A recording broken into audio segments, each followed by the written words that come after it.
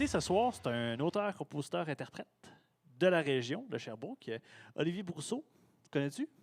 Non. Écoute, Olivier, ça fait longtemps qu'il est dans le domaine de la musique et il y a à peu près, je pense, 82 projets musicaux en même temps. En plus de gérer sa carrière, de gérer les... En tout cas, tout ça, en tout cas, il porte beaucoup de chapeaux. Fait que c'est pour ça que je voulais qu'on l'invite à soir. C'est un côté de la musique qu'on ne connaît pas nécessairement tout le monde. C'est un gros côté entrepreneurial. Fait que c'est pour ça que je voulais qu'on l'invite ce soir. On Parfait. l'invite sur le stage. Ben, invite-le. Olivier, viens nous rejoindre!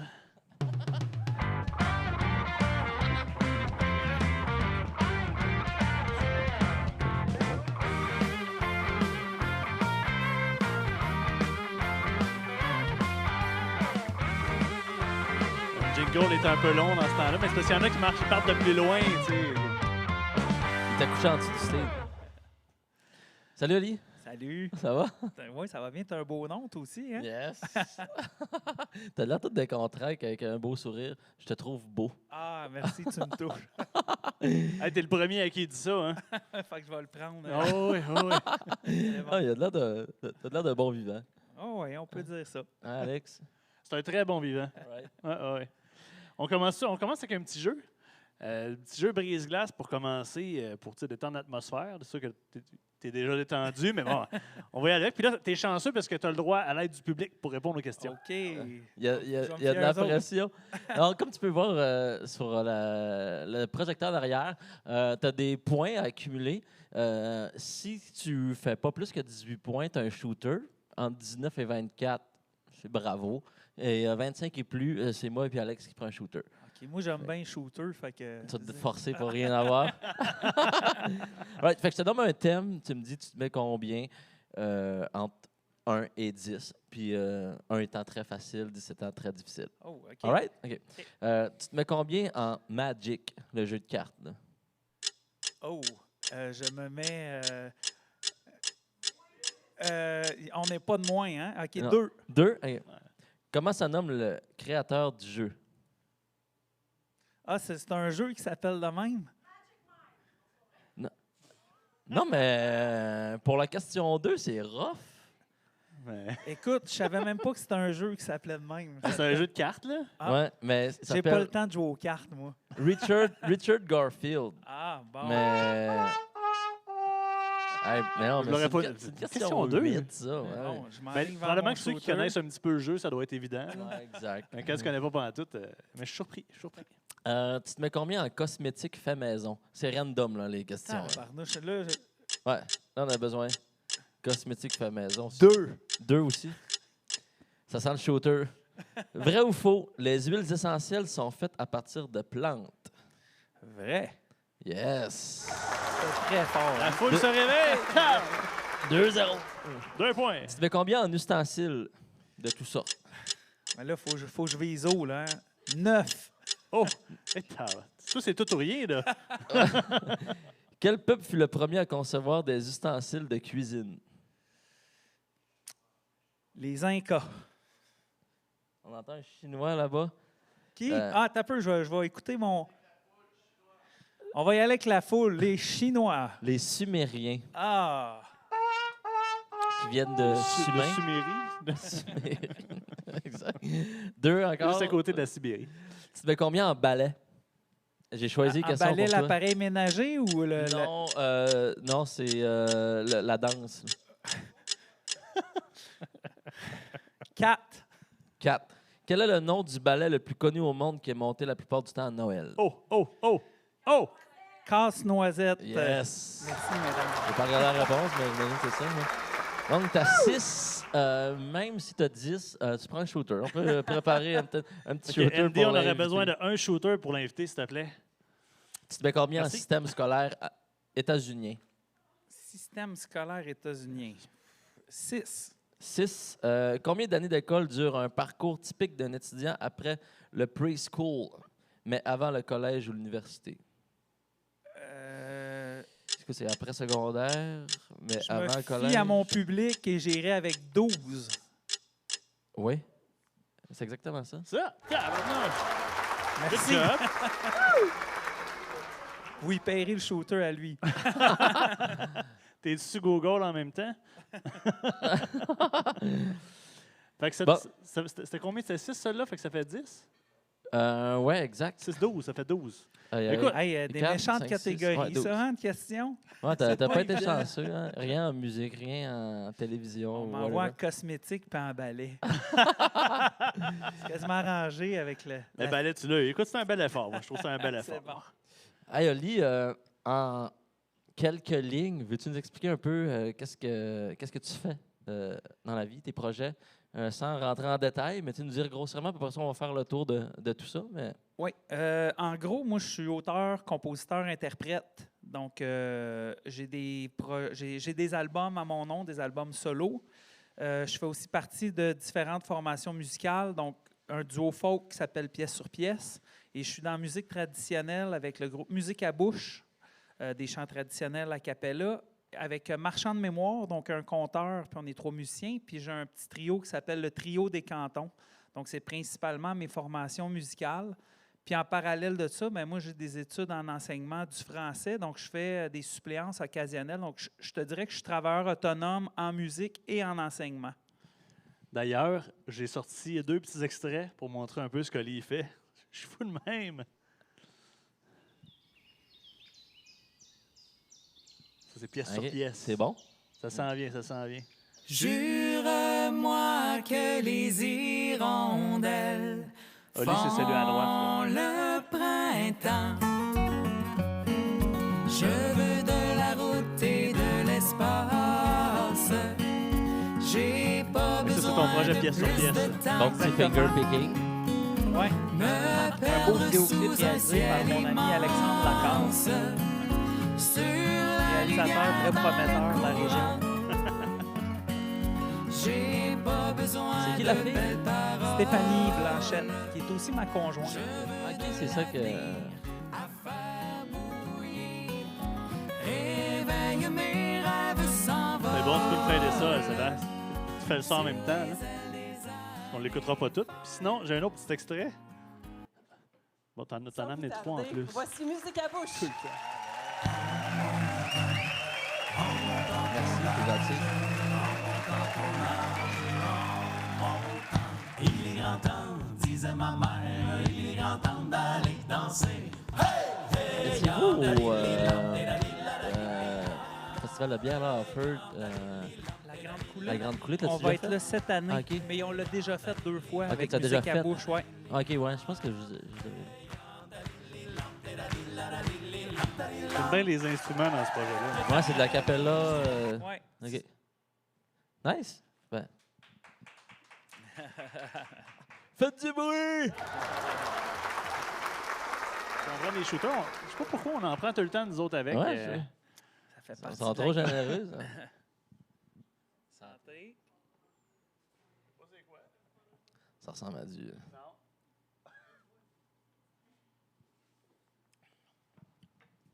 Très bon. Excellent. Donc, Oli, ça ressemble à quoi ton parcours scolaire? Tu étais quel genre de personne? Moi, j'étais au secondaire, et même au cégep, j'étais très sportif. J'ai fait du sport toute ma jeunesse. J'ai joué au soccer au niveau élite jusqu'à assez longtemps. Donc, j'ai joué à la fois dans des équipes ici en Estrie et à l'école. Puis à l'école, j'ai joué aussi au badminton. Puis je faisais à peu près tous les sports. J'étais intéressé à tous les sports. Ça a été vraiment vers la fin du secondaire que la musique a pris plus de place, là, à partir du secondaire 4 à peu près. Plus de place dans le sens que tu en jouais pas pantoute avant? Ou Ben, j'ai commencé un peu sur le... Ben, pas sur le tard. J'ai chanté très jeune, mais tu sais, la guitare, tout ça, j'ai début du secondaire commencé à taponner, mais secondaire 3, peut-être un petit peu plus. Puis après ça, secondaire 4, 5, les premiers talent shows à l'école. Là, j'ai eu la piqûre. Après ça, je suis arrivé au cégep. J'ai étudié en sciences humaines, mais je faisais beaucoup de musique. J'ai fait les cégeps en spectacle. La deuxième année, d'ailleurs, j'avais fini 3e. Je faisais ça en duo avec mon ami Vincent Vallière, que vous connaissez sans doute. Ah ouais, tu as commencé avec Avec Vincent? Vincent, ouais, on jouait au soccer ensemble, d'ailleurs, dans le Mistral Estrie. Et puis, c'est ça. Donc, ça a été ça là, au début. Puis après ça, quand j'ai fini le cégep, j'ai pris une année sabbatique. Je suis allé me promener en Irlande, en Espagne, en France. J'ai passé à peu près 6 mois là. J'ai composé une couple de chansons. Puis à mon retour, j'ai fait un premier album que j'ai lancé pendant ma première année d'université. Ici à l'Université de Sherbrooke, j'étudiais en enseignement. Puis à partir de là, ça n'a jamais arrêté. Fait que j'ai fait mon bac en parallèle de commencer à jouer beaucoup là, dans les bars, dans les festivals, dans différents événements. Puis il y avait dans ce temps-là, c'était le cul-de-sac qui était le bar de l'université. Donc, je jouais souvent au cul-de-sac. Puis c'est ça, j'ai commencé à me promener. Puis j'ai sorti durant mon bac 2 albums. Donc en 1999, le premier. En 2002, le deuxième. Ben, t'avais-tu déjà la famille, étais-tu déjà dans la musique ou t'es un mouton noir que ton père chantait pas, jouait pas de guitare? Mon père chantait pas, mais le chant était très présent chez nous. C'était le chant plus choral. Fait que moi, ma mère a chanté dans les chorales. Du côté de ma mère, mon oncle René, ça chantait. Mon oncle Daniel, ça chantait. Je jouais un peu de guitare. C'est lui, d'ailleurs, qui m'a montré mes premiers accords. Mais moi, j'ai été habitué chez nous. Il y avait des soupers. Puis, Daniel prenait la guitare, il chantait une chanson, puis ça chantait à 3-4 voix. Là. Moi, des harmonies vocales, j'ai entendu ça très, très jeune. Assez que, quand j'étais petit bout, je me suis inscrit dans une chorale. Là. Je pense que j'étais en première année primaire. J'étais dans la chorale des Oisillons. J'ai fait 3 ans de chorale. Fait que pour moi, c'était normal de chanter en harmonie. Quand j'ai commencé à chanter avec des amis... Tous les tierces, puis tu chantais déjà ça. Hein, ça me c'était naturel. Puis de chanter... avec des gens qui n'étaient pas capables de tenir leur voix quand moi j'harmonisais. Moi, je ne comprenais pas ça. Moi, ça allait de soi. Je pensais que c'était de même pour tout le monde. Salut. Mais ça, c'est mes années de chorale enfant. Okay. J'étais gêné quand j'étais jeune, mais aujourd'hui, je suis très content d'être passé par là. Bien, c'est clair. C'est clair que ça, plus tu apprends jeune, plus tu fais tes classes jeunes. Mais ça s'apprend-tu? C'est inné aussi, l'oreille musicale, puis être sans note. Il y a un peu des deux, je pense. Il y a un peu des deux, mais je pense que tu l'as pas à la base quand même. Oui, parce que moi, je pense dans ma famille, j'ai vraiment hérité plus du côté de ma mère, qui jouait à l'oreille de la guitare, qui jouait à l'oreille du piano un peu, puis qui chantait depuis toujours. Fait que j'ai toujours entendu ça autour de moi, puis je pense que j'avais ce penchant-là. Mon père n'avait pas d'oreille, pas du tout. Fait que ça aurait pu virer d'un bord comme de l'autre. Il n'y avait pas d'oreille. Non, physiquement, ça allait. Je n'ai pas fini, ça commence! Cégep Sciences humaines, c'était quoi tes plans à ce moment-là? Tu savais rien? J'imagine Je ne savais pas, exactement. En fait, tout m'intéressait et rien m'intéressait en même temps. Je ne savais pas précisément ce que je voulais faire. Je savais ce que j'aimais pas, là, plus ce qui était sciences et maths. Je savais que ça ne serait pas là-dedans, mais au niveau des sciences humaines, là, justement, tous les cours qu'on avait, anthropologie, sociologie, psychologie, c'est toutes des affaires qui m'intéressaient. Puis moi, j'ai toujours été bon en français. Mon père était prof de français au cégep, au Collège Champlain. Fait que j'ai grandi dans un milieu où je me faisais reprendre quand je faisais des erreurs. Puis je me faisais corriger. Donc, le français, j'ai toujours eu une facilité. Fait que pour moi, c'était clair que c'était une issue possible d'aller vers le français. Fait que je voulais aller explorer en sciences humaines en me disant, si j'ai un déclic, je vais choisir une branche. Puis sinon, ben, je vais aller en français. Puis c'est B qui est arrivé. Oui, c'est ça. Fait que finalement, à l'université, tu es allé en enseignement? Oui, je suis allé en enseignement du français un peu par dépit parce que j'étais en Irlande quand c'était le temps des inscriptions. Je n'avais vraiment pas la tête à m'inscrire à l'université, mais mes parents m'avaient envoyé les feuilles d'inscription pour l'université. C'était là, puis il fallait que je me décide. Fait que j'ai fait, bon, je vais y aller avec la voie facile. Je vais en enseignement du français. C'est drôle, pareil. Ça me fait toujours rire de...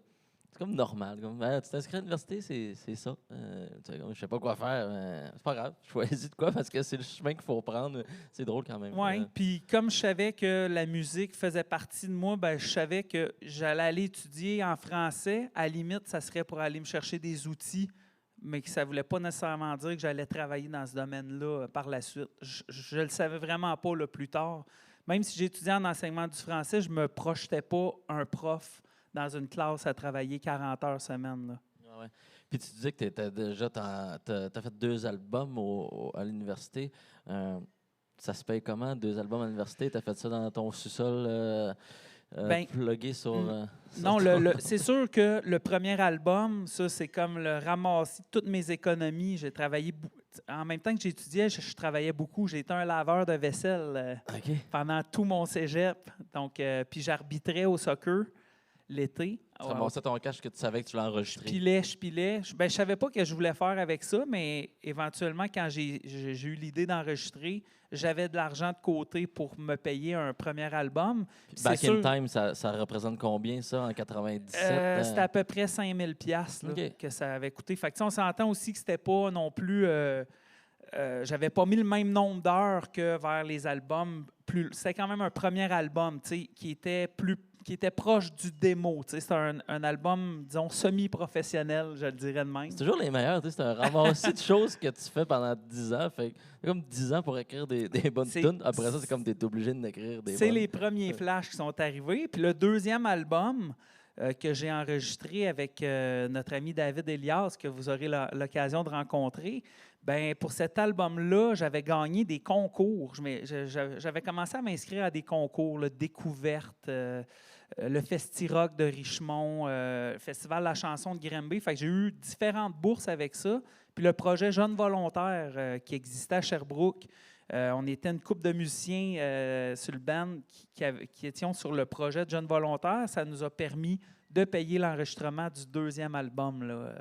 Fait que ça a été ça là, pour les deux premiers, quand j'étais un peu moins en moyen là, pour payer ça, mais j'ai toujours réussi à me débrouiller et à me démerder pour arriver à mes fins. Ça ressemble à quoi là, maintenant? Aujourd'hui, ton horaire entre jongler entre la musique et l'enseignement, ça ressemble à quoi le nombre d'heures versus l'autre? C'est-tu clair ce que je dis? Oui, je vois où tu veux en venir.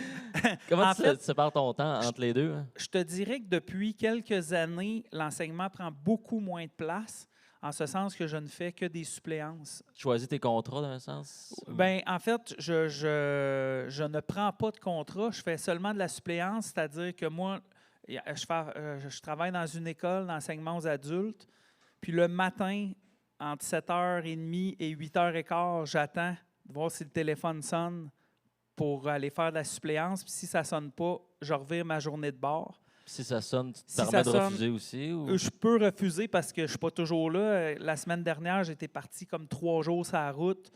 Là, je ne peux pas. Mais la plupart du temps, sur semaine, je suis assez disponible. C'est des avant-midi ou un après-midi, c'est selon. Fait que c'est quelques heures dans ma semaine. Puis ce qui est beau pour moi de la suppléance en tant que travailleur autonome, c'est que j'ai rien à préparer pour aller travailler. Puis quand je ressors, j'ai rien. Je ramène pas de job à la maison.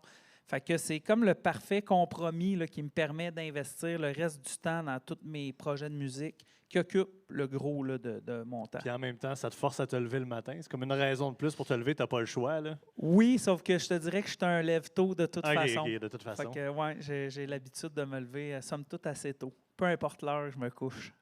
Puis t'aimes encore ça, enseigner? Ça te dérange pas? C'est quelque chose que tu aimerais enlever tranquillement? Ou? Non, non.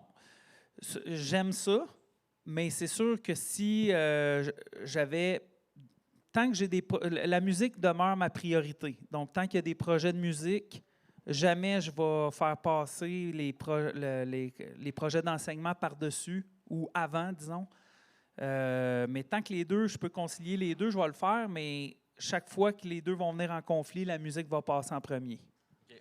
Puis est-ce que c'est un peu une genre de bouée, de sauvetage, d'avoir ça, de savoir que tu as ça en backup? Absolument. Mettons que demain matin, la musique, là, je sais pas, tout le monde, il y a une pandémie, puis la musique, ça n'existe plus. C'est comme une bouée de sécurité que tu as pour te rabattre dessus. C'est quelque chose, puis c'est pas quelque chose que tu détestes non plus. Là. Absolument. C'est depuis le début que c'est ça. C'est comme c'est une sécurité, parce qu'aussi, on va se le dire, en musique, ça c'est pas égal durant toute l'année. Surtout les mois après les fêtes, on le sait comment les gens ils en ont eu plein leur troc là, de dépenser, de consommer, de sortir. Fait que les mois de janvier, février sont généralement beaucoup plus tranquilles. Là, tu es content d'avoir une rentrée d'argent qui arrive d'ailleurs. Puis à l'inverse, quand l'été arrive, il n'y a pas d'école, donc je n'ai pas de rentrée d'argent de là, sauf que c'est la période la plus faste au niveau des événements où il y a des concerts. Fait que... Tu joues de la musique avec ta blonde. Tu l'as-tu rencontré en musique? Ça s'est passé comment, cette rencontre-là? Oui, écoute, je l'ai rencontré On dans la un... salue d'ailleurs. Oui, je l'ai rencontré dans un Yes. contexte musical. Dans le temps, ça s'appelait Hors Circuit, qui avait lieu à Sherbrooke en 2001. Moi, je jouais là avec mon groupe, puis elle était dans un groupe qui s'appelait Les Malurons. Puis on s'était rencontrés là amicalement, puis on s'est recroisés souvent par la suite. Puis j'ai même été conseiller dans son groupe suivant, qui a été le groupe Jaune. Puis quand ils ont parti ça, ils m'ont fait écouter des trucs, j'ai donné des commentaires, puis ils ont fait ma première partie.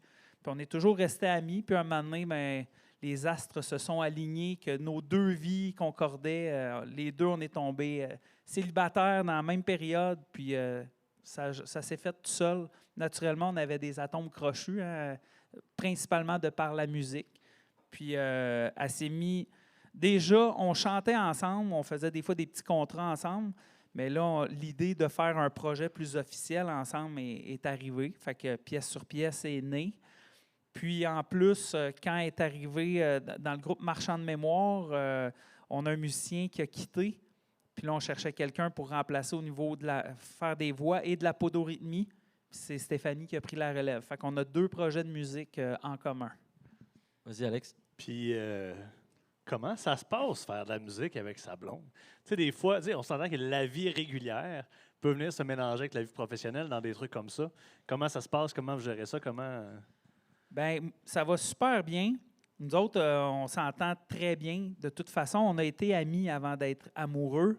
Puis quand on va faire de la musique ensemble, on a une complicité musicale, mais en plus, la complicité de vie qui est derrière ça. Puis dans le déroulement des choses, je te dirais que Stéphanie, elle a toujours été dans des groupes avec des gars. Puis elle a toujours voulu être one of the boys.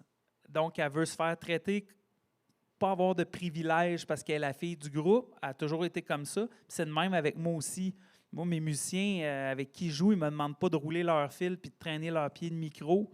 C'est la même chose avec Stéphanie. Ça ne veut pas dire que je ne peux pas rendre un service, mais je la joue pas comme on est.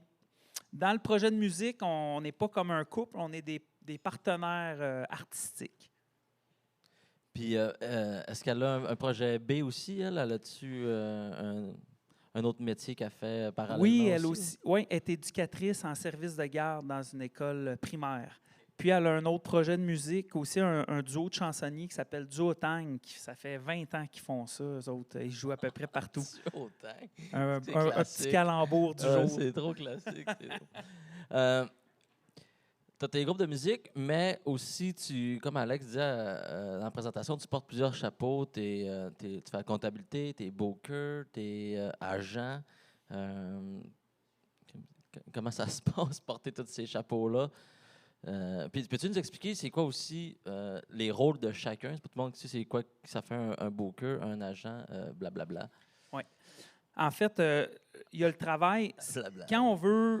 Si on veut jouer, il faut approcher des diffuseurs. Parce que souvent, les gens vont nous approcher, vont dire « Hey, pourquoi tu ne viens pas jouer dans telle ville? » Comme si, moi, je veux jouer à Chibougamau, je claque des doigts, puis je joue. Ça ne marche pas de même. Il faut que quelqu'un contacte un diffuseur dans cette région-là, propose des services. Là, la personne veut écouter ce que tu fais, il faut que tu y envoies des liens, qu'il aille écouter, etc. Tu essaies de vendre ta salade. Là, après ça, oui, il est intéressé, on regarde pour des dates. Après ça, on négocie un cachet. Après ça, il y a plusieurs étapes dans la partie booking. Puis quand c'est fait, après ça, il y a toute la gestion du spectacle. Il faut que tu prévois faut que tu entres en contact avec le directeur technique de la place, que tu envoies un devis technique pour qu'il sache quel matériel tu as besoin, à quelle heure on arrive pour les tests de son, le spectacle est de quelle heure à quelle heure, j'ai-tu du matériel à vendre, moi, à la fin du spectacle? Il y a un contrat à signer, il faut que je fournisse des photos, un texte descriptif, des liens des réseaux sociaux, etc. Fait qu'il y a tout ce travail-là qui est en dehors de juste l'aspect créatif qui est de se préparer pour être bon sur scène, puis écrire l'ordre des chansons qu'on va faire, les interventions entre les chansons, une mise en scène. Fait que tu as l'aspect vraiment artistique, puis tu as l'aspect qui est plus business. Ça, c'est vraiment dans l'aspect business, là, le côté agent qui fait le booking, comme on l'appelle, là. Ça, tu fais ça pour tous tes projets? Pas pour tous mes projets. Heureusement, avec Musique à bouche, on a une agence qui s'appelle l'agence Résonance qui fait cette partie de travail-là. Ceci dit, quand eux trouvent un spectacle, au lieu de faire le tour des 5 gars du groupe, ça prend comme quelqu'un pour faire le lien entre l'agence et le reste du groupe. Fait que ça, c'est souvent moi qui m'occupe de cette partie-là, de faire le tour des gars. Êtes-vous disponible telle date? On jouera à telle place. Puis transmettre l'info entre le diffuseur, l'agent puis le groupe, puis avoir toutes les infos techniques. Fait que, il y a une partie qui est ça. Il y a une partie relationniste, relation de presse, parce que souvent, tu lances un album, ben, tu veux contacter les médias pour qu'ils soient au courant. Fait que faut monter un communiqué, il faut l'envoyer dans les médias, faire un suivi. Après ça, s'il y a des entrevues, il faut coordonner l'horaire des entrevues. Ça, c'est une partie. Il y a une partie demande de subvention, parce qu'il y a plusieurs programmes qui peuvent venir en aide, mais il faut que tu remplisses les demandes. Donc, il faut connaître les programmes, il faut passer des heures à remplir des demandes. Puis ça ne veut pas dire que tu vas l'avoir. Tu peux passer 40 heures sur une demande puis tu ne l'as pas. Mais celle que tu as, par exemple, ça te donne un 20 000 $ pour ton projet, ben, tu es content de l'avoir. Fait qu'il y a tout ça. Après ça, tu veux-tu faire un vidéoclip? Si oui, ben là, ça te prend un gars qui est capable de faire ça, qui a le talent pour faire ça. Tu as un shooting photo. Il faut que tu trouves la photographe, il faut tout coordonner encore une fois. As-tu besoin de travailler avec une styliste pour t'aider dans comment on va s'habiller pour le shooting ou pour le vidéoclip? Donc, il y a tout ça. Puis, il y a toute une partie aussi, quand tu es producteur de tes spectacles, il faut que tu t'inscrives à un organisme qui s'appelle la SOPROC. Producteur, pardon, de ton album. Fait que tu vas enregistrer ton album là. Après ça, tu es auteur, compositeur, tu vas inscrire tes droits d'auteur à la SOCAN. Après ça, tu es interprète, il y a Sound Exchange, Artisty, parce que tu peux toucher des redevances par la suite si tu fais bien les choses. On en reviendra dans tout ça.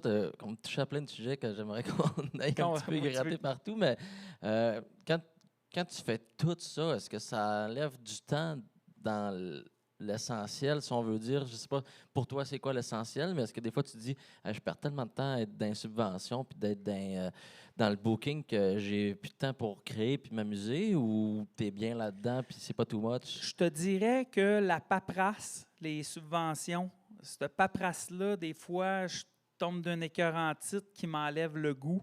Puis là, je peux tomber d'un bout que j'en vois passer des demandes, puis je ne regarde même pas parce que le cœur me lève. Parce que c'est récurrent, les subventions? Oui, c'est pas comme à chaque album ou à chaque fois qu'il y a une nouvelle, tu t'essayes? Ou... C'est ça. Je pourrais m'essayer chaque fois. Il y en a pour les spectacles, il y en a pour les albums, il y en a pour des vidéoclips, il y en a pour des tournées. Puis selon les projets aussi qu'on a. Fait que, mais des fois, je mets ça de côté, je ne m'embarque pas là-dedans parce que c'est ça, je passe tellement de temps dans toutes les autres facettes, mais qui sont importantes parce que si tu veux jouer, tu veux te produire, tu veux te faire connaître, tu vas enregistrer un album, il faut après ça que tu fasses quelque chose avec. Si tu veux qu'il circule, si tu veux jouer, il faut que les gens y aient accès à cet album-là ou qu'il y ait des liens vidéo. Fait que faut que tu entretiennes tout ça. Puis la clé, en ce qui me concerne, c'est d'être organisé.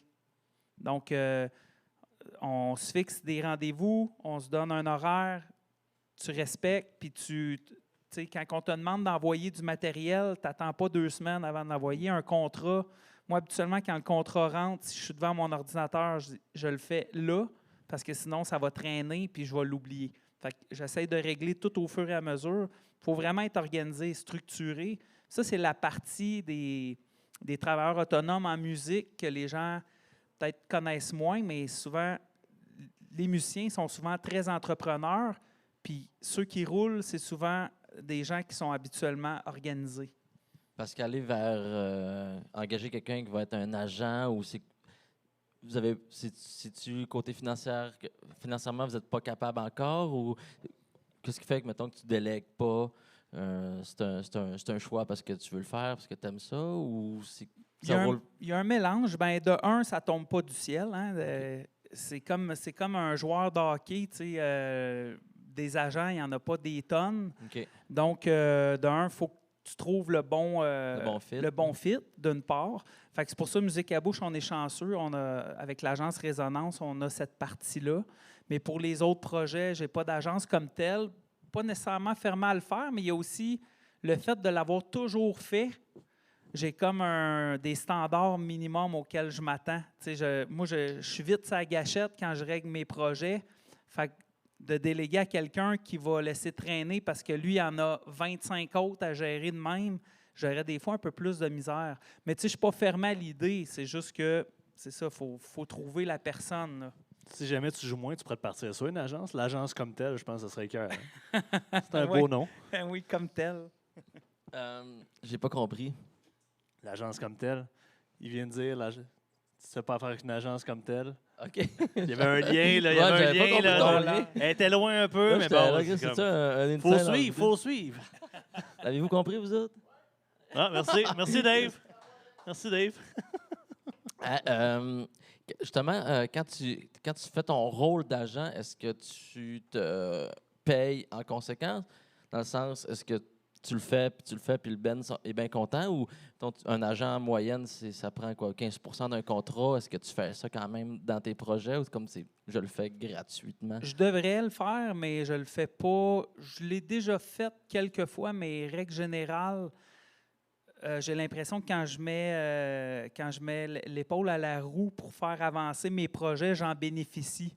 Puis je trouve que c'est ça. Les musiciens qui participent à mes projets, ben, je suis content qu'ils soient là. Je suis content que quand il y a des spectacles qui découlent de tout ça, moi, ça me fait rouler, ça me fait travailler, ça me tient actif. Fait que bien souvent, Ça crée pas de chicane avec les autres. Tu fais comme, hey, moi, je fais tout ça, là, tu peux-tu faire ton bout ou comme. Non, ben tu sais, on essaye des fois de s'échanger. Ça dépend c'est quoi le projet. Là, tu sais, je fais pas tout dans tous les projets. Tu sais, dans Musique à bouche, chacun a ses forces. Il y en a qui sont meilleurs justement dans les demandes de subventions, dans les communications, dans le vidéo.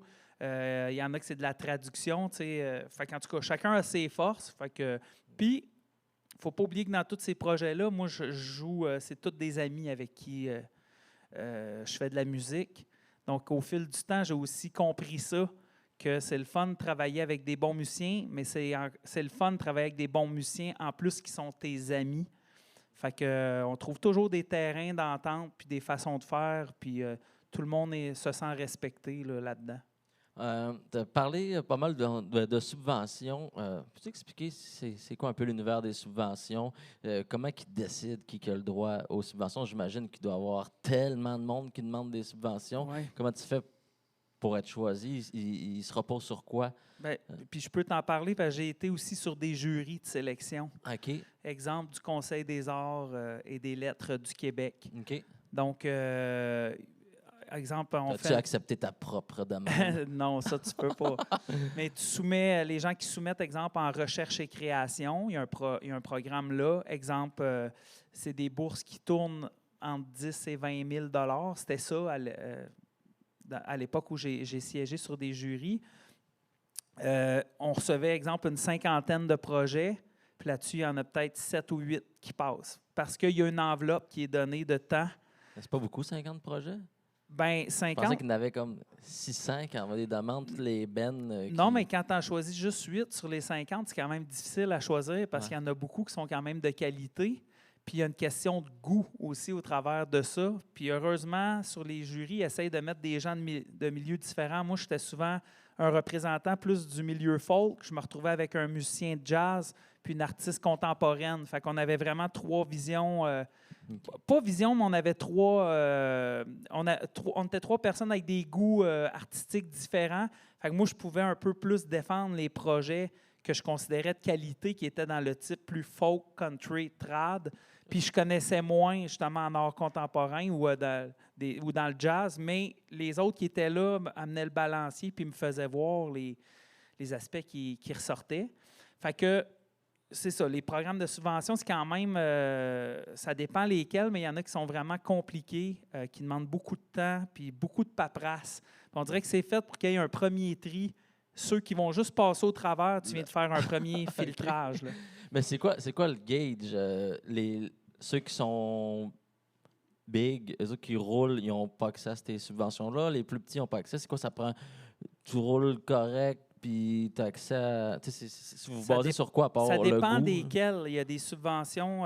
Justement, il y en a des programmes gouvernementaux qui s'adresse justement aux plus gros joueurs. Quand ils ont vendu tant d'albums, ils l'ont quasiment automatiquement. OK. Des fois, il y a des boîtes de production qui ont une enveloppe générale pour leurs artistes. Donc, ils vont OK. les répartir pour les productions d'albums de leurs artistes. J'en ai eu, c'est ça, de différents niveaux, là. Il y a Conseil des arts du Canada, Conseil des arts du Québec. Musique Action, c'est celui avec qui on a beaucoup eu affaire. Mais c'est quand même compliqué. Mais on l'a eu en production d'albums, en commercialisation, en aide à la tournée. Mais il faut que tu fasses des parachèvements, mi-étape, fin d'étape. Faut tout que tu justifies tes dépenses.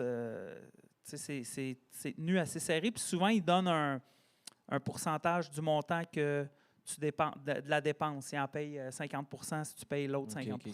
Fait qu'il faut que tu aies prouvé que tu as dépensé ce montant-là pour qu'ils t'en donnent la moitié.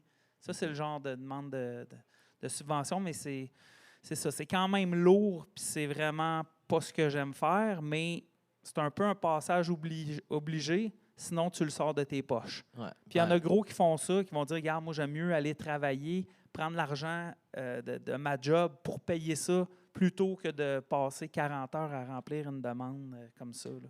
En même temps, si tu mets 40 ou 300 heures puis tu vas chercher un 20-30 000, c'est quand même legit. Ouais, mais quand même. si tu ne l'as pas, par exemple, C'est ça. Ouais, si tu l'as c'est- pas, C'est ça. j'ai l'impression que ça vient tough sur le moral, tu sais, de faire des demandes puis de pousser comme ça, en sachant jamais, tu sais, si tu vas aller chercher quelque chose. C'est le fun quand tu en as une fois de temps en temps, ça redonne Ouais, un petit un coup de petit crinque. peu, Mais c'est ça, tu sais, quand tu les mets bout à bout, la majorité, on n'en a pas. Là. Ça arrive plus souvent qu'on a un refus qu'une acceptation.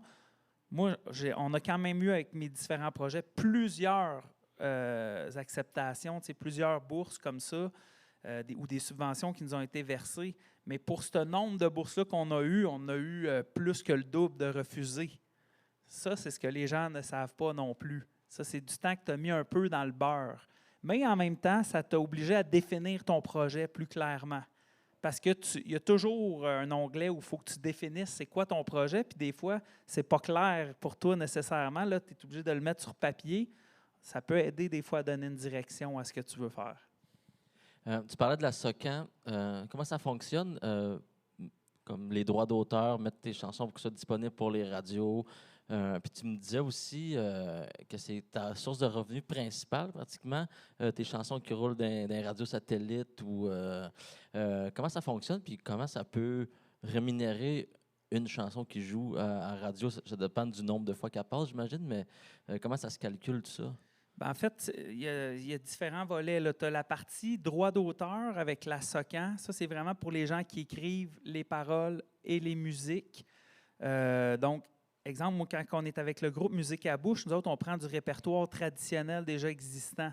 Fait qu'on touche un pourcentage pour avoir réarrangé des chansons, puis on est 5 musiciens, on se divise ça en 5. Fait que, tu sais, il reste des pinottes en bout de ligne. Puis l'artiste original, lui, il a sa part. On ne sait pas c'est qui l'artiste original parce que c'est du répertoire traditionnel, donc c'est du domaine public. C'est des chansons dont on ne sait pas qui est l'auteur, qui est le compositeur. C'est pas un cover là, non, d'une c'est chanson ça. qui- OK. Mais quand c'est nos propres chansons, ben là, on va toucher des redevances quand on les fait en spectacle, quand il y a une licence de la SOCAN qui a été payée, puis quand ça tourne à radio, entre autres choses, mais ça dépend des types de radios. Il y a les radios, c'est sûr, tout ce qui est radio plus les radios étudiantes, universitaires, les radios communautaires, tout ça, ça rémunère moins que, tu sais, c'est des ratios là, que je ne connais pas par cœur, mais exemple à Radio-Canada, qui est une radio d'État, ça, c'est une redevance automatique d'un certain montant qui est quand même plus élevé. Puis sinon, il y a dans les radios commerciales où c'est plus payant parce qu'il y a un calcul qui se fait en fonction des budgets de publicité selon les radios. Donc, les artistes qui tournent sur les grandes chaînes, puis c'est des réseaux, bien, c'est sûr qu'ils font plus d'argent que les artistes dans la marge, comme moi en général, qui tournent dans les radios plus communautaires ou indépendantes, disons. Là. Fait que ça, c'est la partie plus radio, droit d'auteur. Moi, là où je vais me reprendre, c'est que je suis producteur de mes chansons. Donc, quand ça va tourner sur des radios satellites, exemple Sirius XM, présentement, qui a une chaîne qui s'appelle Racine Musicale, qui est anciennement qui était, comment que ça s'appelait? Ici Franco Country. Donc, ça, c'est des belles redevances qui versent aux producteurs. Puis moi, je suis producteur de mes chansons. Fait que là, je vais toucher là. Puis je vais toucher en droit d'interprétation aussi, parce que c'est moi qui joue, puis c'est moi qui chante sur... Donc, même si je reprenais une chanson d'un autre artiste, si c'est moi qui l'interprète, je toucherais des droits quand même. Puis là, ben, c'est ça, c'est des bons montants qui sont versés par les radios satellites à un organisme américain qui s'appelle Sound Exchange, qui ensuite redistribue soit directement aux artistes ou à un organisme au Québec qui s'appelle Artisty, qui lui redistribue. Mais plus il y a d'intermédiaires, plus il y a de cotes qui partent. Donc, l'idéal, c'est de se mettre, de s'affilier directement là, à la maison mère. Puis tout ça, ça se fait pas tout seul. Là. Tu fais pas une toune, puis à part, puis Non. il faut que tu ailles t'inscrire individuellement à tous les endroits comme producteur, comme auteur-compositeur, comme interprète, Exact. pour que ça puisse revenir ensuite. Là. Exactement. Donc, pour chaque chanson, il faut que j'aille tout inscrire les crédits de chaque pièce, d'où ça vient, qui est l'auteur, qui est le compositeur, la durée de la pièce, etc., l'origine de l'auteur, qui est l'interprète, c'est sur quel album, etc. Puis après ça, bien, si on veut pousser pour que ça tourne, bien, on peut engager ce qu'on va appeler, dans le jargon, c'est un tracker radio ou un pisteur radio. Donc, c'est quelqu'un qui va essayer de pousser la chanson dans les radios. Donc, lui, il va la rendre disponible dans les radios, puis ensuite, il va faire un suivi pour essayer de voir, avez-vous bien reçu, avez-vous écouté? Il va essayer de mousser. Un fatigant, dans le fond. Oui, c'est ça, qui pousse pour essayer de vendre le produit, parce que si ça tourne, ben c'est ça, tout le monde est gagnant, puis tu l'engages pour ça. Puis les pisteurs qui ont des bons résultats, ben ils coûtent plus cher, puis ça va... Parce que quand tu inscris ta chanson, elle est acceptée automatiquement, mais ça ne veut pas dire qu'elle va jouer, c'est ça? Tu veux dire quand tu l'inscris? Ben, mettons pour les radios à Socan, je ne sais pas comment. Ben, en fait, tu l'inscris à la Socan, ça, tout le monde peut faire ça.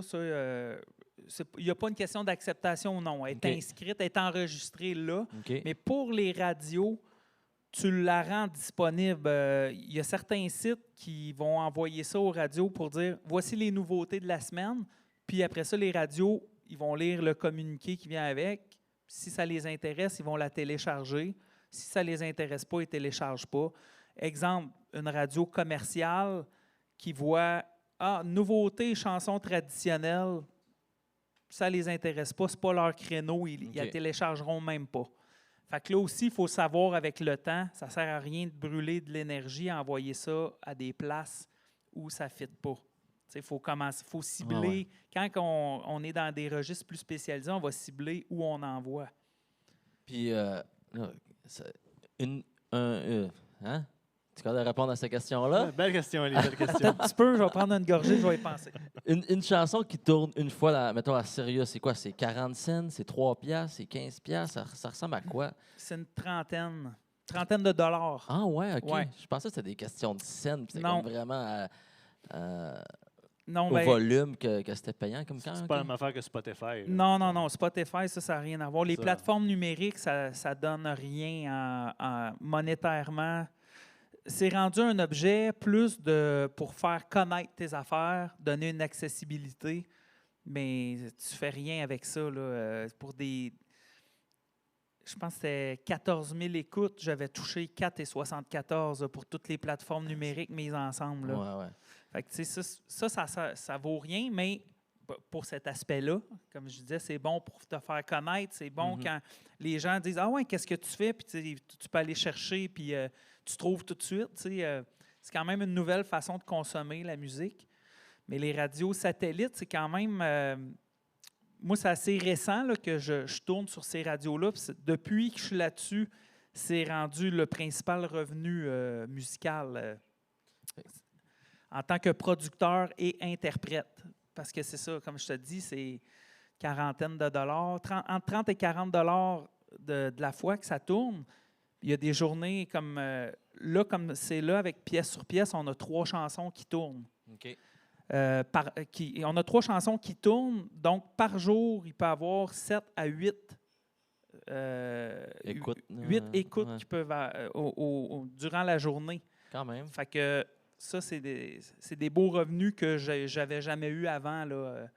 Puis que j'ai jamais tant eu avec les droits d'auteur. J'en ai eu un peu quand même, parce que j'ai des différentes chansons qui ont tourné, mais j'ai jamais pu me fier à ça. Alors que là, c'est assez récent en tant que des droits de producteur et d'interprète. Là, on dirait que j'attends, je sais ce qui s'en vient, puis je peux planifier en fonction de ça, là. C'est-à-dire qu'une radio comme Rouge, tu pognes le 80$ genre de la... Je pense par pas. écoute, ou- Non, je pense que je connais pas les ratios, là, mais je pense que c'est moins que ça. Je pense vraiment ce qui rémunère le plus, c'est vraiment radio satellite. Sirius XM, là. Ah ouais? Ça me surprend? Ouais. Je pensais comme Rouge, puis ces grosses radios-là, comme c'était le gros cash qui roulait. L'avantage de ces radios-là, c'est que c'est des réseaux. Donc souvent, ça tourne à une place, ça tourne dans toute la province. Ouais. Puis c'est pas rare que, je vous l'apprendrai pas, que la même chanson joue plusieurs fois dans la même journée. Aucune idée de ce que tu veux dire. Ben, tantôt, tu disais que même quand tu performes tes chansons, tu es rémunéré quand tu jouais. Oui, quand tu fais un concert, si tu joues dans une salle. Un concert. Ouais, Il me semble que j'entends pas ça. T'as quel âge? quand tu fais un spectacle, ça prend certains paramètres. Il faut que tu aies eu un cachet minimum ou qu'il y ait un montant minimum pour rentrer. Tu fournis une preuve de contrat ou une preuve des journaux, une affiche qui prouve que tu as joué là. Tu donnes la liste des chansons que tu as jouées, puis l'endroit qui t'engage est supposé payer une licence à la SOCAN. Il paye un montant, puis il y a une partie de ce montant-là qui revient à tous les auteurs-compositeurs des chansons qui ont été jouées. Ah ouais? Fait que si tu joues tes chansons, ben, en principe, ça te revient à toi. Si tu joues de Jean Leloup, ben, Jean Leloup est supposé en recevoir de son bord. Ah ouais? Ouais. Fait que tu es payé pour ta gig, le seul spectacle te paye, puis en plus, tu es payé pour Tu as un avoir droit joué tes- d'auteur, mais tu sais, encore une fois, faut-il s'en occuper? Ouais, ouais. Nombre de gens qui font des spectacles, puis ça se termine là. Parce ils que pensent- ça vaut-tu la peine de le faire? Ben, pas nécessairement, mais sur le volume, si tu en fais beaucoup, tu sais, si tu vas te chercher un 40$ de plus dans ta soirée, compte-le sur une année, ce que tu peux aller chercher de plus. C'est juste qu'il faut prendre la peine de le faire. C'est juste ça. Ça ressemble à quoi la scène au Québec en ce moment? C'est-tu difficile le booking? Est-ce qu'on voit comme les bars ont de la misère à payer, les salles de spectacle, ou c'est assez en santé puis ça va bien? Une couple de contacts tu sais, qui sont gérants puis font des shows à perte quand même, disant qu'on ça apporte du monde, ça fait virer, mais tu sais, tout ton feeling, ça ressemble à quoi? C'est quand même difficile. Ouais. Puis, tu sais, on se relève de pandémie en plus. Fait que au début, c'était très difficile. Là, j'ai fait des spectacles là, tu sais, dans des grandes salles avec pas beaucoup de monde. Puis en plus, avec des masques là, au début. Fait que il y avait une certaine crainte au début, mais je te dirais que les gens sortent de moins en moins. Ils ont comme accès à des spectacles chez eux, hein, sur des plateformes. On a pris d'écoute. l'habitude aussi de rester à la maison. Puis En on est plus. casanier. Tu sais, En plus, fait que je te dirais pour les bars, ça, j'en fais de moins en moins. Fait que je peux pas vraiment dire la scène des bars, j'en fais à peu près plus. Mais les salles de spectacle, les festivals, il y en a quand même beaucoup. Moi, l'avantage dans ce que je fais, c'est que c'est je vais l'appeler un produit là, pour le besoin de la cause, mais c'est un produit qui est assez niché. Dans le sens, mettons, je vais présenter de la musique traditionnelle. Fait que je m'inscris dans des festivals de musique traditionnelle. Et quelques autres festivals qui vont vouloir faire une place à un peu de trad dans leur événement. Ah, puis dans un festival, de toute façon, tu demandes un cachet. Tu n'es pas payé en fonction de s'il y a 3 personnes ou 125. Non, ben là, tu sais, je l'ai déjà fait, ça. Si tu savais le nombre de fois que j'ai joué à perte ou joué pour le chapeau, on fait un podcast de même, nous autres. J'ai payé mon bill de bière à la fin, puis il en restait plus bien dans le chapeau. Non, mais tu sais, j'en ai fait amplement, mais ça fait au-dessus de 20 ans que je fais ça. Là, je suis plus rendu, c'est ça, à l'étape, à dire voici le cachet minimum pour aller jouer. Tu sais, puis je dis pas que je vais jamais jouer gratuitement, mais tu sais, ça prend comme un contexte qui vient avec, ça prend une plus-value. Il faut que c'est soit une cause qui s'inscrit dans un momentum ou bien quelque chose de visibilité parce que vraiment, On va jouer dans une région, puis on sait qu'aller faire une prestation à telle place, le directeur du festival, il est là, puis c'est lui qui book, puis... Comme au Super Bowl. Je pense qu'on peut rémunérer au Super Bowl. Je pense ça pour le... Mais je trouve qu'en tant qu'artiste, c'est touché là, de dire que tu vas jouer pour de la visibilité. Là. Non, se bat tellement pour contre ça. Non, c'est ça. Je ne vais pas faire, je vais pas faire un spectacle complet, mais aller faire une prestation ou aller jouer pour un peu moins, en sachant que ça vaut la peine parce que la personne qui t'engage est aussi responsable d'un autre événement. Puis tu sais que ça risque de faire boule de neige si tu joues bien tes cartes. L'aspect visibilité fonctionne quand ça vient de l'artiste, pas quand ça vient d'une... Non, moi, je te dirais, viens-tu jouer chez nous, tu vas avoir de la belle visibilité. Non, ça passe plus. Ça passe plus, ça. C'est non, plus... ça a passé quand j'avais 18 ans, 19 ans, mais plus à mon âge. Ben, espérons plus du tout. Là. À un moment donné, il faut qu'il y ait un respect de l'artiste aussi. Puis, oui, c'est ça. Je peux comprendre. On vient de se monter un petit groupe. Je commence à jouer de la musique, puis je veux me faire connaître. Garde, je suis prêt à aller faire des trucs pour de la visibilité, mais quand ça fait 20 ans que tu fais ça, c'est pas ça que tu vas chercher là, à un moment donné. Ça vaut-tu encore la peine de faire des CD? On parle vraiment de l'objet physique, ouais. là.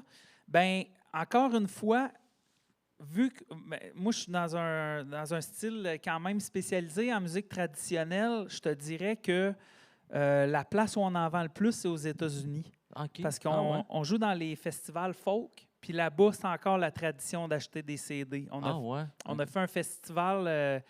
Mais tu les vends quand tu fais des gigs, genre sur place. On fait un festival, on étale nos CD, puis il y a un festival, on a manqué de CD, on a vendu une centaine. Voyons, ouais, alors qu'ici, on peut faire un festival, puis on en vend 6, 7.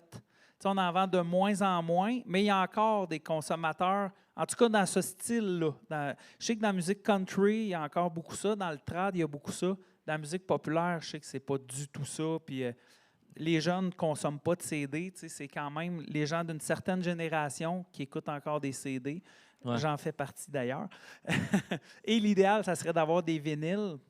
Mais c'est ça, c'est très coûteux à produire, mais ça, c'est un bel objet à avoir, le vinyle. Mais moi, je préfère écouter un CD qu'écouter un MP3 sur une plateforme. Mais là, je t'écoute parler. Tu es quelqu'un qui dans l'univers de la musique, les CD, ça peut être so-so, les spectacles, ça peut être rendu so-so. Si tu passes pas à la radio, tu t'en sors comment? Tout est assez... comme tu dis, les spectacles, c'est de plus en plus difficile. On a quand tu fais des albums, c'est rendu quasiment un objet promotionnel. Parce que toi, ça fait 20 ans que tu fais ça, puis tu fais encore du remplacement. Serais-tu à l'aise de faire, moi, je suis capable de demander de partir, ou même après 20 ans, tu fais comme, je suis mieux de le garder, tu sais. Le côté d'enseignement. Le côté enseignement, non, je suis mieux de ne pas m'en départir parce que là, c'est comme je suis d'une belle période, mais je ne le sais jamais ce qui s'en vient. Arrive justement une pandémie comme on vient de vivre. Ouais. Ça a été très difficile dans le milieu culturel. Moi, je m'en suis bien tiré le duo pièce sur pièce avec Stéphanie, étant donné qu'on était deux. Quand on a pu faire plein de petits spectacles où ils exigeaient peu de monde, puis nous autres, on était un couple, fait qu'il n'y avait pas de contraintes, puis des trucs virtuels, que c'est pas ce qu'on préfère, mais regarde, on a survécu là, dans cette période-là, mais ça a été quand même très, très difficile, puis on n'est pas entièrement relevé de ça.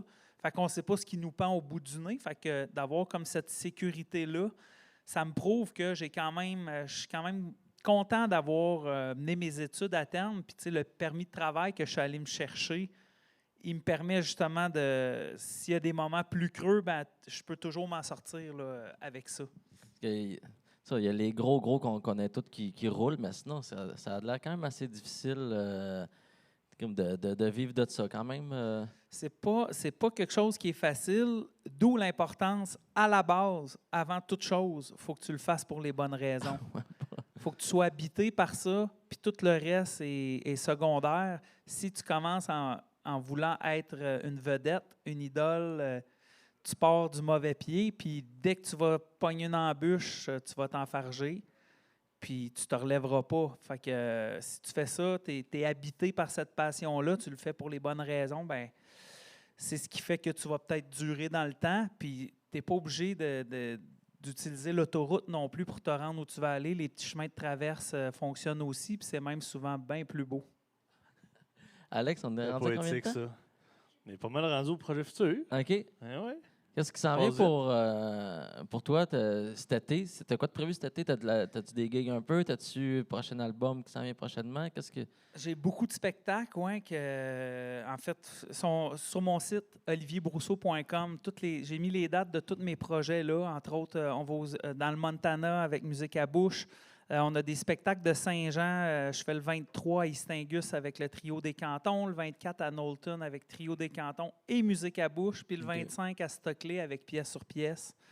Puis il y a des spectacles à l'automne, les vendanges, la grande coulée, etc.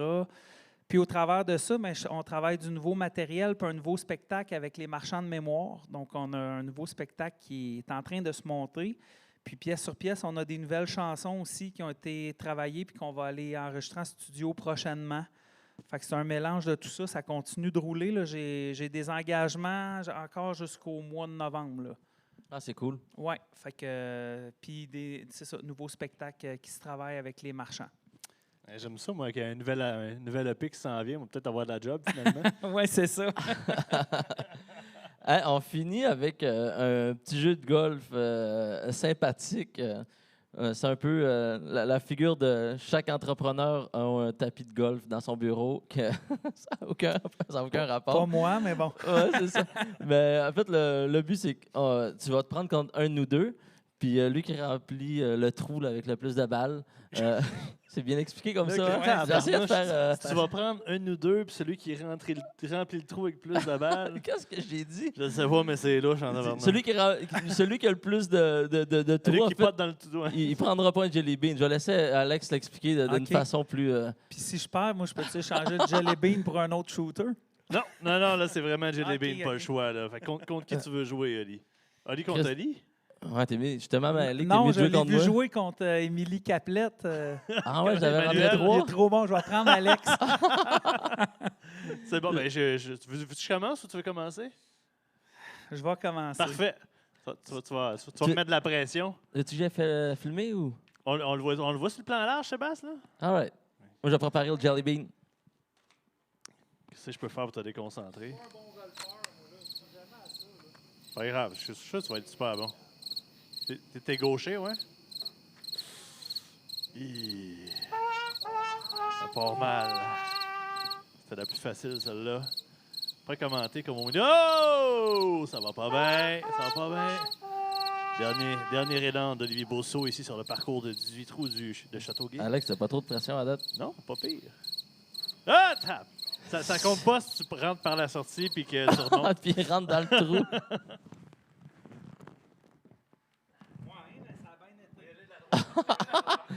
C'est une première?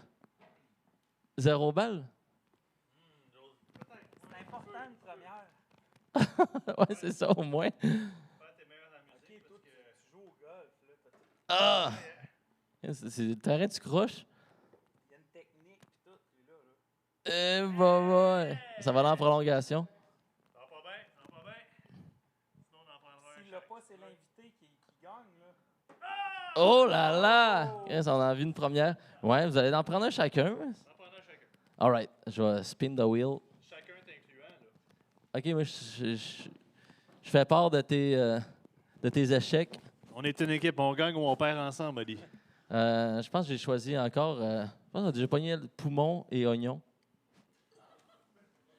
C'est une bonne saveur, ça. Si ça goûte bon, c'est quoi? Ça goûte bon, c'est cappuccino. Poumon, c'est bon, puis oignon, c'est pas bon. Ouais, j'ai pogné le poumon. Il y en a juste des mauvais là-dedans. C'est dégueulasse. Hey, hein? merci. Bon. Tu viens-tu C'est subtil! de pogner un rhume? Ah, c'était bon, c'était bon. Hey, on finit là-dessus. Merci. Merci, Oli, d'avoir Oli, été t'es là. gentil. J'ai bien hâte